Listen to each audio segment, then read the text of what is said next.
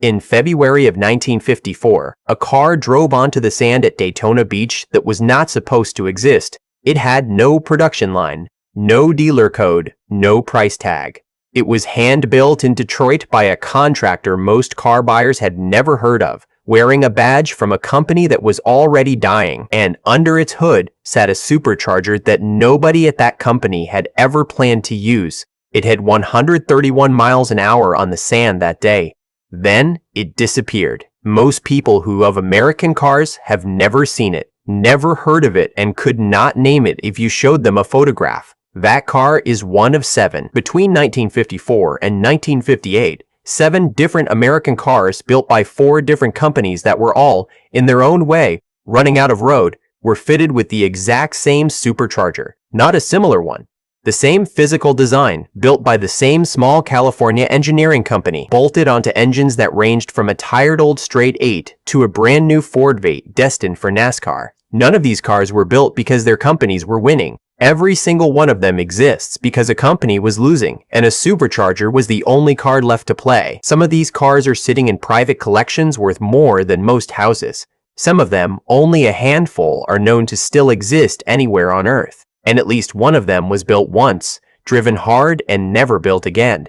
This is the story of those 7 cars, the engineer who built the part they all shared, and the 4 desperate companies that turned a single piece of forced induction hardware into some of the strangest, fastest, and most quietly heartbreaking cars Detroit ever produced. Let's start at number 7. By 1955, Kaiser Frazer was not really competing with the Big 3 anymore. It was trying to survive them. The company had launched right after World War II, riding a wave of pent-up demand from buyers who had not been able to purchase a new car in years. For a brief window, Kaiser genuinely sold cars in real numbers, but that window closed fast. By the early 1950s, Chevrolet, Ford, and Chrysler had all rolled out new overhead valve V8 engines, lighter, more powerful, and exactly what the market wanted. Kaiser had nothing like it. Their flagship Manhattan was still running a 226 cubic inch L head inline 6, an engine whose design lineage traced back to Continental, producing a modest 118 horsepower. In a decade where horsepower numbers were turning into a marketing weapon, 118 horsepower was not a number you wanted printed in a brochure next to a Chevrolet V8.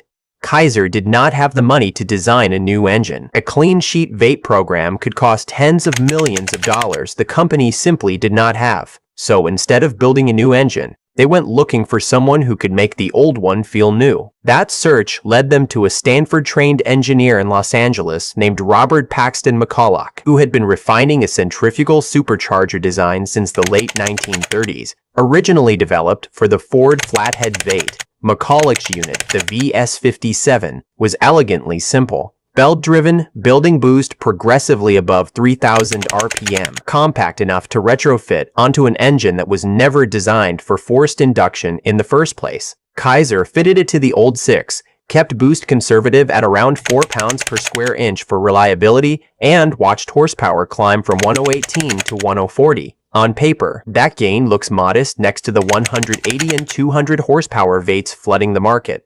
But Kaiser was not trying to win a horsepower war it had already lost. It was trying to buy one more year of relevance. The marketing leaned into it shamelessly, branding the supercharged 6 as 2 engines in 1, economy when you wanted it, energy when you needed it. 0 to 60 improved from a sluggish 17.5 seconds down to around 15. Which was still not fast, but it was a real, measurable improvement that Kaiser desperately needed something to say about its lineup. Every supercharged engine was inspected component by component before it left the factory, arguably making these the most carefully built engines Kaiser ever produced. A strange kind of pride for a company that was already running out of time. A few thousand supercharged Manhattans were built before Kaiser shut down its American passenger car operations entirely in 1955. The supercharger did not save the company. Nothing was going to save the company at that point. But it handed Kaiser a small, genuine piece of automotive history. The first American post-war production car to offer a factory-installed supercharger as standard equipment. A footnote, but one nobody can take away from them. If the Kaiser story is about a company trying to disguise a weakness, the Studebaker Golden Hawk's 1957 model year is about a company trying to recover from an amputation. In 1956, the Golden Hawk had launched as a genuine performance star, running a Packard-built 352 cubic inch V8 producing 275 horsepower. It was one of the fastest cars sold in America that year, and in real-world magazine tests it beat the Corvette, the Thunderbird, and the Chrysler 300B in a straight line. For an independent automaker constantly overshadowed by the Big Three, that was an extraordinary result, and Studebaker had every right to be proud of it. Then, in 1957, the ground shifted under them. The Packard engine plant in Detroit closed for good as Studebaker Packard consolidated everything into South Bend, Indiana. The Golden Hawk's heart, that 352 cubic inch Packard V8, simply stopped existing. Studebaker had to replace it with the biggest engine the company actually owned, a 289 cubic inch V8 that, in naturally aspirated form, produced 225 horsepower. That was a full 50 horsepower short of the year before on the company's flagship performance model, in a business where buyers compared spec sheets line by line. That kind of gap does not get explained away. It gets fixed, or the car dies. Studebaker's fix was to bolt a McCulloch VS57 Supercharger onto the 289, drop the compression ratio down to 7.8 to 1 to keep detonation under control, and limit boost to a conservative 5 pounds per square inch. Critically, the engineering goal was not chasing a peak horsepower number for the brochure. It was about broadening the torque curve so the car felt strong everywhere in the rev range, not just at the top end. A setup tuned for how people actually drove, not how they bragged. The result, 275 horsepower at 4,800 RPM and 333 foot-pounds of torque at 3,200 RPM, numbers that match the outgoing Packard V8 almost exactly. The automotive press noticed immediately. At roughly 0.95 horsepower per cubic inch, this was one of the highest specific output ratios of any mass-production American car in 1957. Both Road and Track and Motor Trend placed it among the fastest cars an ordinary buyer could purchase with ordinary money. 4,356 units were built that year, and every single one came with the Supercharger as standard equipment at no extra cost. Studebaker had quietly engineered its way out of a 50 horsepower hole and come out the other side with a car that, by several measures, was actually better than the one it replaced. It remains one of the most underrated comeback stories in 1950s Detroit engineering, a save nobody talks about because the company that pulled it off no longer exists to take the credit. Packard had once been one of the great American luxury nameplates, a brand mentioned in the same breath as Cadillac and, internationally, even Rolls-Royce. Before the war, if you drove a Packard, people on the street knew exactly who you were. By the mid-1950s, that was almost a different company. Studebaker Packard Corporation was buried in debt, and production had been entirely consolidated into the Studebaker plant in South Bend, Indiana. Packard was no longer designing its own cars. The new 1957 Packard was, underneath the badge, essentially a Studebaker president with a new face, extra chrome, and a Packard nameplate bolted on before it shipped to dealers. Critics nicknamed it the Packardbaker, and there was no real argument against it. The lineage was obvious to anyone who looked closely. And yet, every one of the 4,809 Packard Clippers built in 1957 came standard with a Studebaker 209 cubic inch V8 fitted with a factory McCulloch VS57 Supercharger, producing 275 horsepower at 4,800 RPM. That was not an option. There was no naturally aspirated alternative. If you bought a 1957 Packard Clipper, you got the supercharged V8, full stop, whether you wanted the performance or not. Here's the detail. Almost nobody remembers about this car. 869 of those 4,809 units were the country sedan station wagon, a 7-passenger family hauler with chrome trim everywhere, a cargo bay big enough for a long weekend's worth of luggage, and 275 supercharged horsepower sitting under that long hood. That combination, quietly, made the Packard Clipper wagon one of the fastest station wagons on American roads in 1957, and almost no one outside the dealership ever knew it. Automotive historian Richard Langworth later put it about as honestly as anyone could. These cars were not truly Packards, but they were nonetheless very good Studebakers. That might be the most generous review a Packardbaker was ever going to get. And it happened to be true. 1958 was a brutal year to be selling cars in America. The country was in a genuine recession, and industry-wide sales collapsed. Even General Motors, the most dominant automaker on Earth at that point, lost tens of thousands of orders it had been counting on. Studebaker, which had been weaker than the big three for years already, got hit harder than almost anyone. Budgets tightened across the company. Plants ran at reduced capacity. The long-term future of the entire Studebaker brand was getting murkier by the month, and everyone inside the company knew it. In the middle of all that uncertainty, the 1958 Golden Hawk kept rolling off the line completely unchanged in any meaningful way. The same supercharged 289 cubic inch V8, the same 275 horsepower, the same formula that had worked so well the year before. Still fast, still one of the most distinctive looking cars Studebaker had ever built. The problem was, almost nobody was buying it anymore. Only 878 units were produced in 1958 compared to 4,356 the year before. That number, on its own, tells you everything you need to know about where the market and the company stood. After 1958, the Golden Hawk nameplate was retired entirely, quietly removed from the catalog without any formal send-off. What makes that genuinely sad is that the car itself had done nothing wrong. The design, shaped by the Raymond Loewy school of industrial styling, remains one of the cleanest, most proportionally balanced shapes Studebaker ever put on the road. Looking at a 1958 Golden Hawk today, it is hard to believe it came from a company that was financially on its knees. The car shows no sign of desperation whatsoever. It was built with the full visual confidence of a brand at the absolute top of its game, even though the reality inside Studebaker at the time was anything but that. The market in 1958 did not care how good the car was. It cared about the economy, and the Golden Hawk paid the price for timing it could not control. Here's where the story gets stranger, because Ford did not build one supercharged car in 1957. They quietly built a small, scattered fleet of them across multiple models, and they did it almost entirely because of NASCAR. In 1957, Ford was running a supercharger program with one real goal: dominate NASCAR. To get a supercharged engine approved for competition, sanctioning rules required automakers to actually sell a minimum number of those cars to the general public,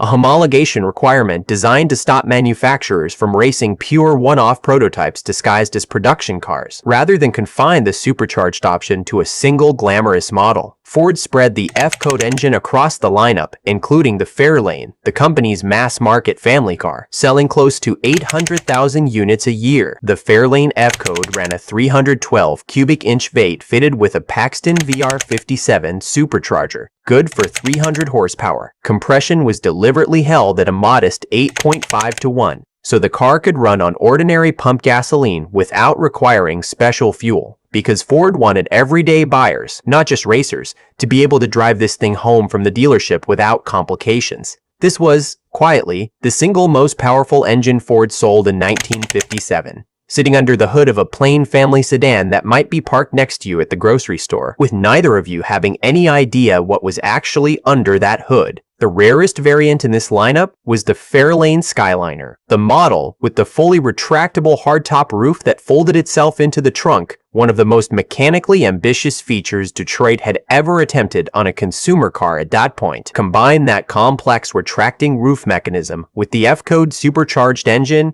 and you get a car so rare that fewer than 20 are estimated to have ever been built in that exact configuration. Finding one intact today is, for all practical purposes, impossible. Total Fairlane production in 1957 ran past 785,000 units. The F-Code cars inside that number were an almost invisible fraction, barely traceable today in Ford's own surviving production records. The Thunderbird F-Code, which we will get to next, gets most of the collector spotlight because of the name attached to it, but the Fairlane F-Code is arguably the more interesting story because it shows exactly how Ford actually deployed its supercharger program into the real world. Not as a halo car, but smuggled into the cars ordinary families were already buying. 2. 1957 Ford Thunderbird F-Code. This story really starts with NASCAR, and it ends with NASCAR slamming the door shut before Ford ever got to prove what it built. In 1957, Ford wanted to dominate stock car racing with a new supercharged engine, but to get that engine legally onto the track, NASCAR's homologation rules required it to appear on enough production cars that the public could actually walk into a dealership and buy one. Robert McNamara, then head of the Ford division, proposed an initial production run of 100 qualifying units. The final mandate that came down called for 65 Ford Custom two-door sedans, 20 convertibles, and 15 Thunderbirds, all fitted with the new supercharged engine. Those 15 Thunderbirds, known among collectors today as the Phase 1 DF cars, were hand-assembled at the Dearborn plant in a single day, January 25th, 1957. Each one came with a 312 cubic inch V8 fitted with a McCulloch VR57 Phase 1 supercharger, a heavy-duty 3-speed manual gearbox, seatbelts, and a fiberglass hardtop roof. No unnecessary chrome anywhere. These were not cars built to look good in a showroom. They were built for one purpose, and they delivered on it. At Daytona Speed Week in 1957, one of those Phase 1 Thunderbirds set a new American sports car speed record on the sand, 138.755 miles per hour, 6 miles per hour faster than the previous year's mark. That number convinced Ford they were onto something genuinely significant. After that small hand-built batch, Ford rolled the F-Code out as a real, ongoing production option. The street version used a Paxton VRF57 supercharger on the same 312 cubic inch V8, rated at 300 horsepower in street trim, and as high as 340 horsepower in race configuration. This was never just a blower bolted onto a stock engine and called good enough. The full F-Code package included a heavy-duty radiator, high-performance cylinder heads, reinforced internal engine components, and a dedicated camshaft. Out of 21,380 Thunderbirds built in 1957, only around 200 were true F-Code cars. Original sticker price sat around $4,815. Clean examples today regularly clear 6 figures at auction, and the Phase 1 cars exist in an entirely different category, one sold in 2011 for $260,000. Then the story turns bitter. NASCAR banned supercharging early in 1957, before a single one of these cars had competed in an official sanctioned race. Shortly after, the Automobile Manufacturers Association issued a blanket agreement banning factory-supported racing across the entire American auto industry, and Ford had no real choice but to walk away from the program entirely. The whole supercharger effort, the engineering, the hand-built cars, the Daytona record, every bit of it, became the story of something that absolutely should have happened and never got the chance to prove itself where it mattered most. Of the original 15 Phase 1 Thunderbirds built that single January day in 1957, only 8 are known to survive anywhere today.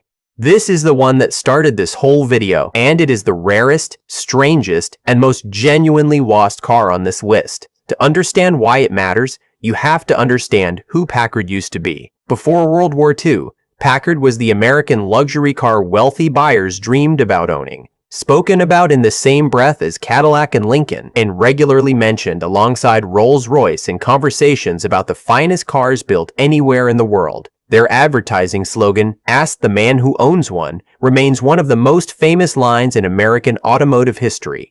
By 1953, that legacy was under serious threat. Packard's market share had been sliding for years, and company president James Nance needed something dramatic to convince dealers, investors, and the public that Packard still had genuine engineering and design ambition left in it. His answer was to commission an entirely new show car, built on an almost impossible deadline, designed to be ready in time for Daytona Speed Week in February of 1954, less than a year away.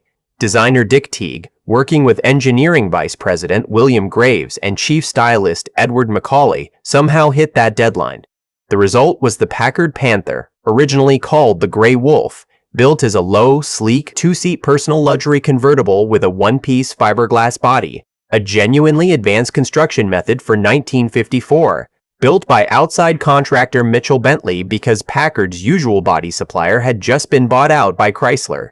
4 Panthers were built in total, but only the first 2, the cars that actually went to Daytona, were fitted with a McCulloch centrifugal supercharger bolted onto Packard's 359 cubic inch straight 8, lifting output to a claimed 275 horsepower. The other 2 show cars built later never received the supercharger at all. This was never a production option. It was never going to be sold to a single customer. It existed on exactly 2 hand-built cars, full stop. At Daytona Beach in February 1954, with race driver Jim Rathman behind the wheel, the supercharged Panther recorded an official run of 110.9 miles per hour and an unofficial run, later, of 131.1 miles per hour on the sand. For a 1950s American luxury convertible built on a shortened sedan chassis, riding on a straight 8-engine architecture that Packard's own engineers knew was already approaching the end of its development life, that was a genuinely remarkable number. And then it simply stopped.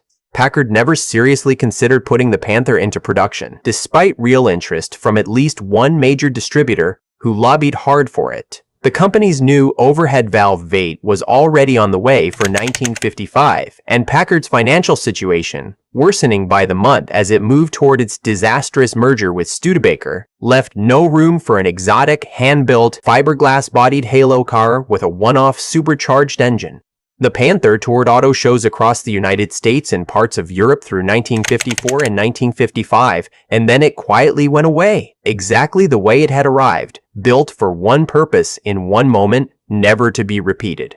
Today, only 4 Panthers exist anywhere in the world, and only 2 of them ever carried that supercharger at all. When one surfaces at auction, it does not stay unsold for long. One sold for $850,000 in 2013. And current estimates put a well-documented example well past $1 million. Not because it was the fastest car of its era. It was not. It is because almost nothing else like it was ever built, and nothing like it ever will be again. It is, by most honest measures, the last great gasp of the Packard that the world remembered. Built the year before that name began its long, slow disappearance into a South Bend assembly line wearing someone else's chassis. Closing. Step back and look at all 7 of these cars together, and one thing becomes impossible to miss. Not a single company on this list chose the supercharger because it wanted to. Kaiser used it because it could not afford to build a real V8. Studebaker used it because the Packard engine it depended on had vanished overnight. Packard used it on the Clipper because the brand no longer controlled its own engineering, and on the Panther because it was desperately trying to prove the old name still meant something. And Ford used it to satisfy NASCAR's rulebook, then watched the entire program get shut down before a single qualifying race had even happened. The era of the McCulloch and Paxton supercharger on American production cars lasted barely 4 model years, from 1954 to 1958. Then NASCAR banned it. The AMA's Racing Pact killed off factory motorsport support across the industry overnight, and the companies that had leaned hardest on this one piece of engineering faded away in the years that followed. Kaiser out of the car business entirely. Packard gone by 1958, and Studebaker living on borrowed time that finally ran out in 1966. But here's the part that is easy to miss if you only look at the sales numbers and the bankruptcy filings. Every single one of these 7 cars was, by the actual engineering and the actual performance numbers, genuinely good. Not a marketing gimmick wrapped around a dying brand. Real torque, real top speed, real attention paid to how the thing would feel from behind the wheel. These were not the cars of confident companies. They were the cars of companies that had absolutely nothing left to lose, built by engineers who used that desperation as permission to do something interesting instead of something safe. That is, in the end, the entire story of the McCulloch supercharger in 1950s Detroit. It never saved a single company that used it, but it gave 4 dying brands their last genuinely interesting moment, and it gave us 7 cars that, 70 years later, people are still trying to track down, restore, and understand. If you had to choose just one of these 7 to own, the hand-built, Daytona record Packard Panther-Daytona, or the mass-produced, NASCAR-bred Thunderbird F-Code, which one would it be? Drop your pick in the comments below. And if this kind of forgotten automotive history is what you come here for, hit subscribe, because there are a lot more of these stories still buried in Detroit's back catalog.